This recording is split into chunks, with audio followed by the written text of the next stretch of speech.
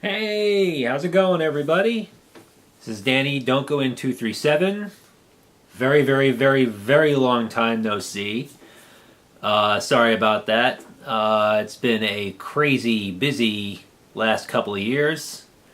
Um, I don't know if you can tell looking behind me. My background is a little bit different. That's because I'm in a actual house. My family and I moved into a house. We bought a house about a year and a half ago. And, it's taken some time getting things in order. But, we actually took the leap. We're all pretty happy about it. So, right now I am in, quote unquote, my room. This is the room that my wife and daughter have given me, basically, to do my thing in. I use it as an office. This is where I have a old video up about my quote unquote cult cabinet. Well, we got rid of the cabinet, and now the cult movies and horror movies are proudly on display for all to see. No longer behind closed doors. I really don't even know the last time I did an update. It has been a couple of years, and I have to give a big shout out to Mike Gray 1951. Mike. Every time I have commented on his videos, he has encouraged me to start making videos again. And it's just one of those things where it's not. It's a matter of, it's not so much that you don't have the time. It's just that the time's there, but you just think of other things that you can be doing and that you should be doing. And I actually today had the house to myself for a couple of hours. There's actually nothing going on right now, and so I'm taking the opportunity. So, with that very long-winded introduction, I just grabbed a pile here of Blu-rays that I know I have never shown before, because I've gotten all of these within the last year or two, so I know they've never been part of an update. Start out with a couple of trailer compilations. This is the 42nd Street Forever Synapse Blu-ray edition. I actually have, I think, all 5 of the DVD editions of this. I was able to get this dirt cheap, and I figured, why not have the Blu-ray version of it? It's a lot of fun. It's a really great compilation. Just all kinds of, just a collection, a hodgepodge of all kinds of exploitation movies, horror movies, porn movies, action movies, martial arts movies. So if you like trailer compilations, this is a really good one, and the trailers were all really high quality. And there's some fun commentary tracks on here. So that's number 1. This is really cool. This has a cool story behind it. This is the Exhumed Films 20 Years of Terror.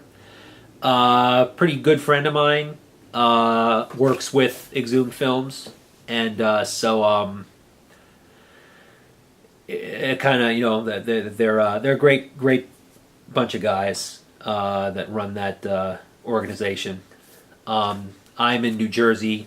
They're down in Philly, so it's about an hour and a half drive for me to go down there when they show their screenings of films. And what's really cool is I just went down just in December.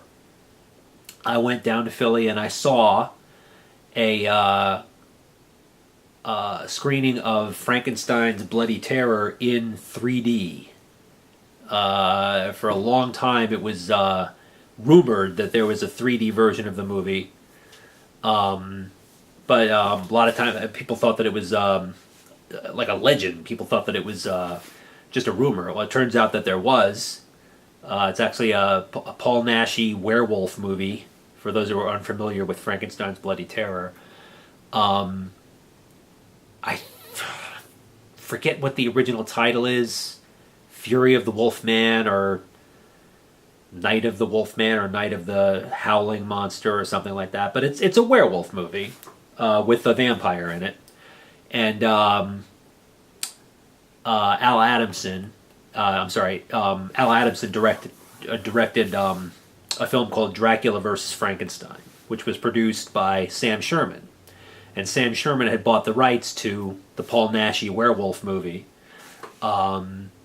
But he had promised a chain of theaters a Frankenstein double feature, so he just changed the name of the Wolfman movie to Frankenstein's Bloody Terror, and added a completely ludicrous title card at the beginning explaining why Frankenstein wasn't in the movie, and released it as such. But it was a great, incredible print. The 3D was amazing. So it was a lot of fun. It's a terrible movie, but the 3D was really terrific.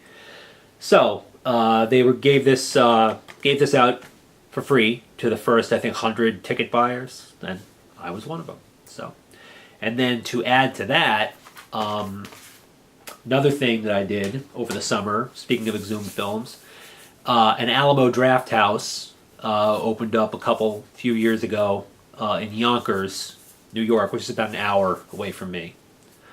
And over the summer, this past summer, they had a 3D marathon. They showed Space Hunter, Friday the 13th Part 3, Jaws 3D, and Amityville 3D.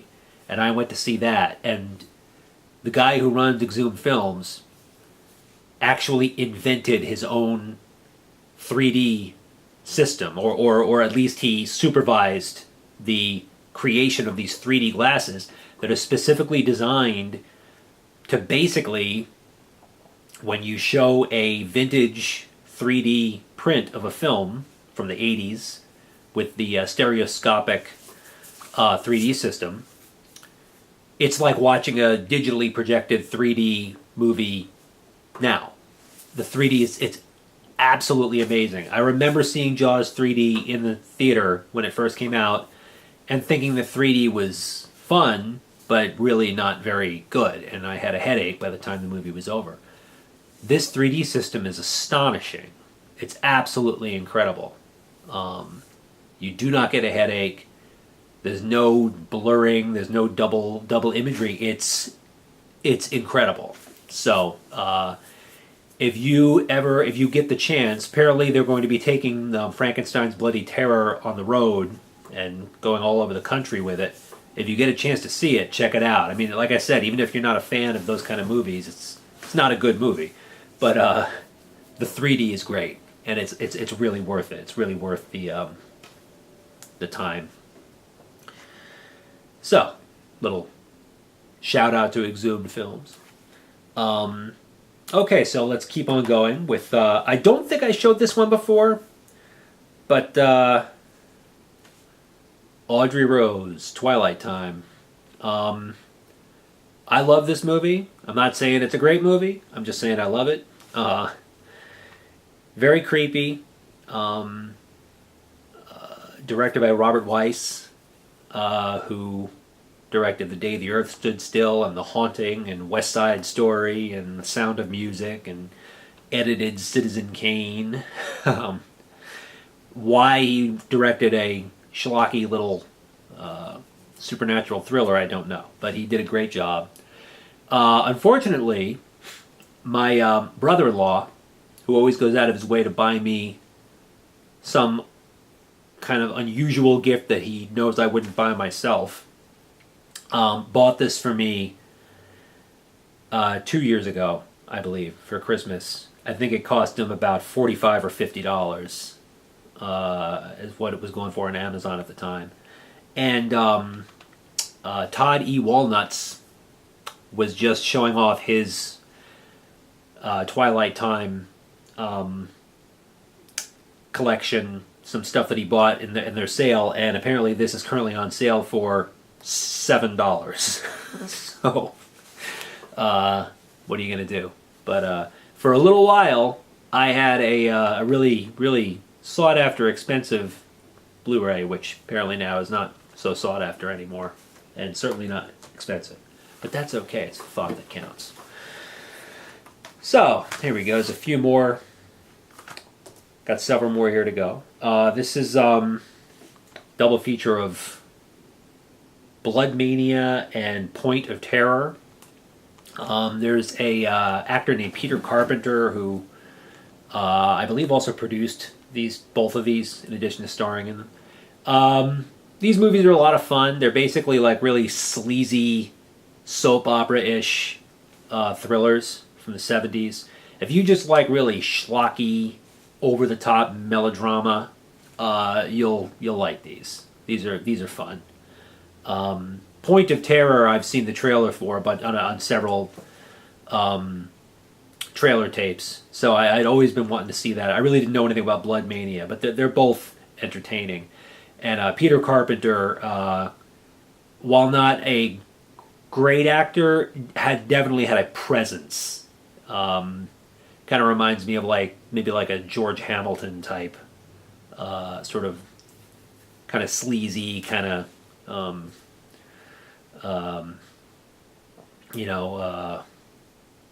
slick sort of guy. But yeah, Point of Terror is a lot of fun. I recommend that one. Bloodmania is definitely watchable, but Point of Terror is fun. Plus, stars Diane Thorne from the notorious Ilsa series. So this is a rare chance to see Diane Thorne not as a sadistic SS she-wolf. That is from Vinegar Syndrome. Here is another one from Vinegar Syndrome. It's one of my favorite drive-in horror movies, The Corpse Grinders. Only thing, it looks great. The print of this, it looks better than it has any right to look, without losing any of the gritty, seedy quality that the movie has. My only problem with it is that this has a great trailer, has a great drive-in trailer, and it's not included on this disc. So I have it. Luckily, I have it on one of my Something Weird compilations. I have the trailer for this. So if I ever am jonesing to watch that, I just have to pop that in. But this is a lot of fun. If you haven't seen it, it's about a couple who dig up bodies and then sell them to a local pet food factory that turns the bodies into cat food, which causes local cats to develop a taste for human flesh. So, you can't get much more sordid than that as far as a plot goes. They don't make them like this anymore. But this is, for as cheap and low budget a movie as this is, I mean a micro budget tiny little movie with, just thrown together. It is surprisingly atmospheric.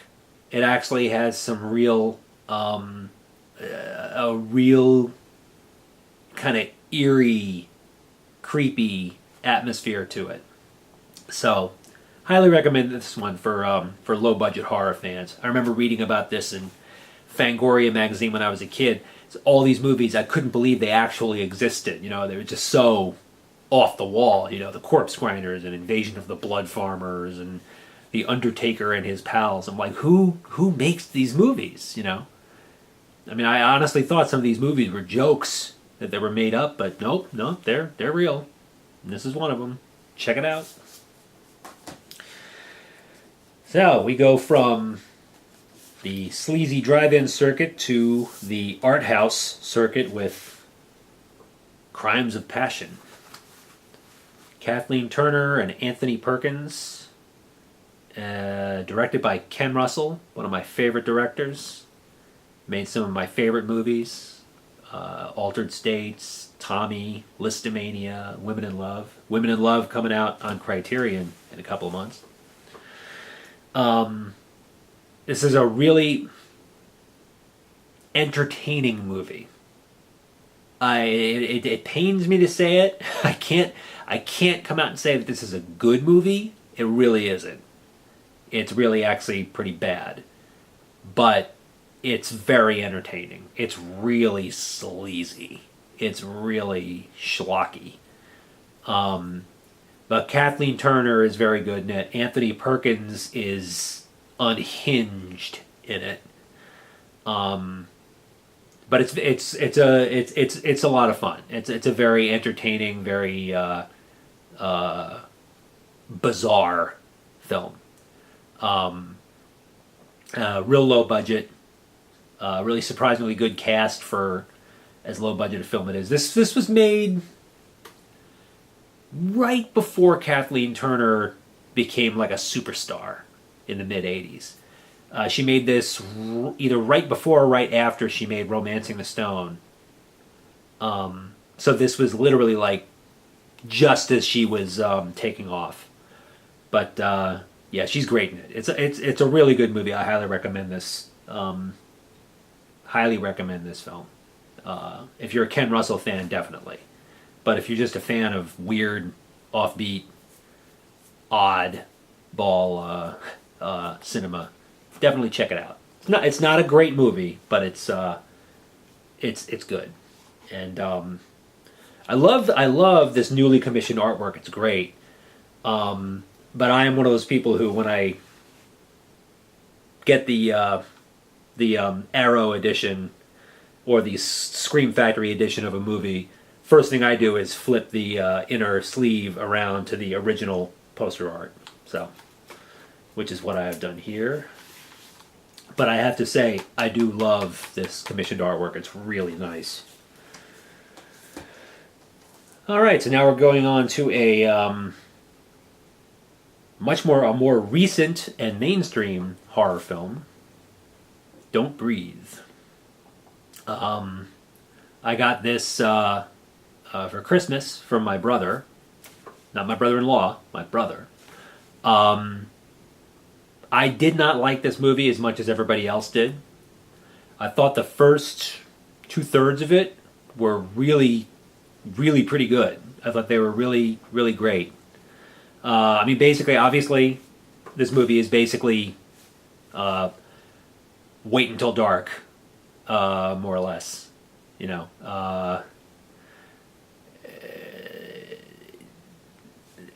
there's nothing else to say. I mean, basically takes the premise of Wait Until Dark and stretches it out to, you know, it's similar story, but that's okay. That doesn't bother me. You know, if you take a nod from an old film, as long as you put some kind of a new spin on it, I'm okay with it. So it takes, you know, it's a pretty intense, effective thriller.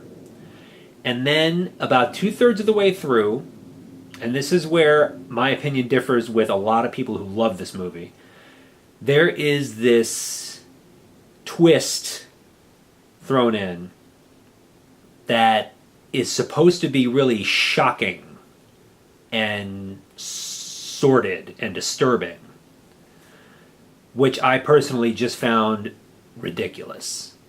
And it completely lost me. And the movie never quite regained its footing for me after that. So I thought, yeah, roughly the first 2/3 of this movie were very good. And then it just threw that completely pointless, ridiculous twist into it. And I thought it ruined the movie. But a lot of people thought that it was very effective. So I'm in the minority on that one. So I got this from my brother for Christmas.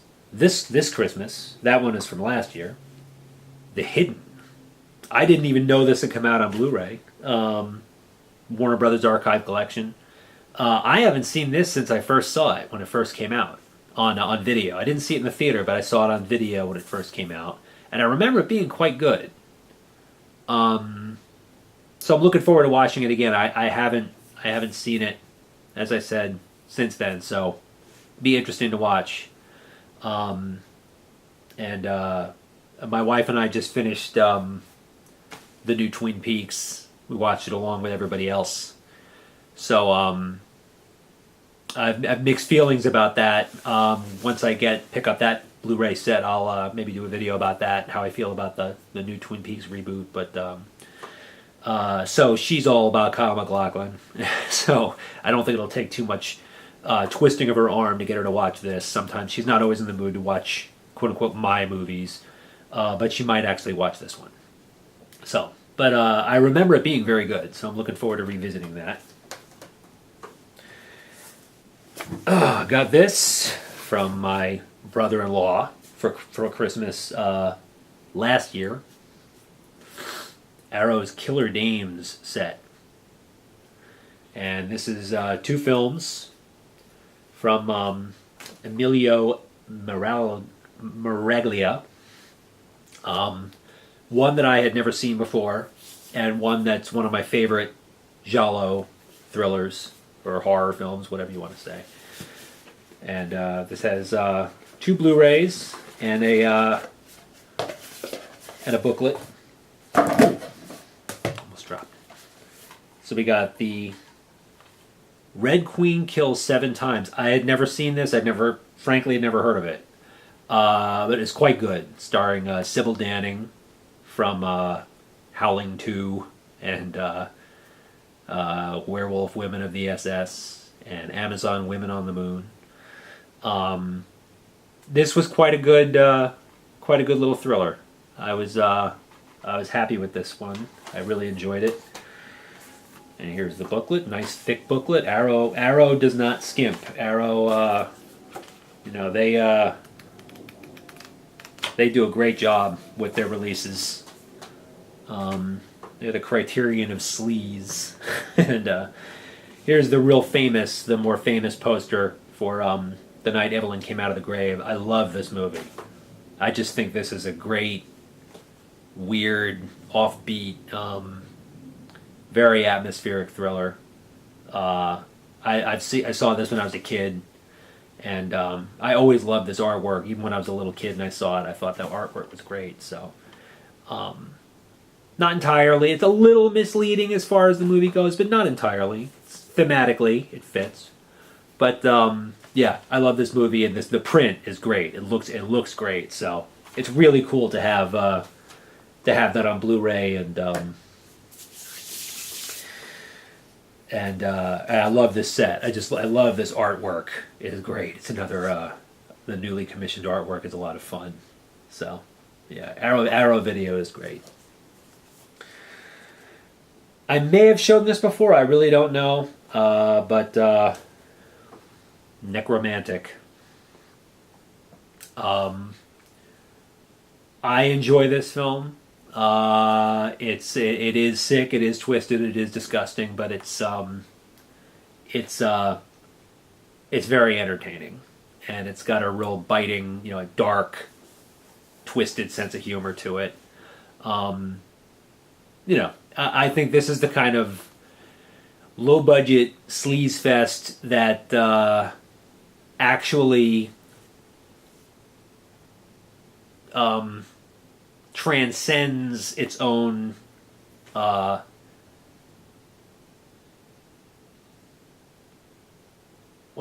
transcends its own underground gore film status and becomes like an art house film or experimental film.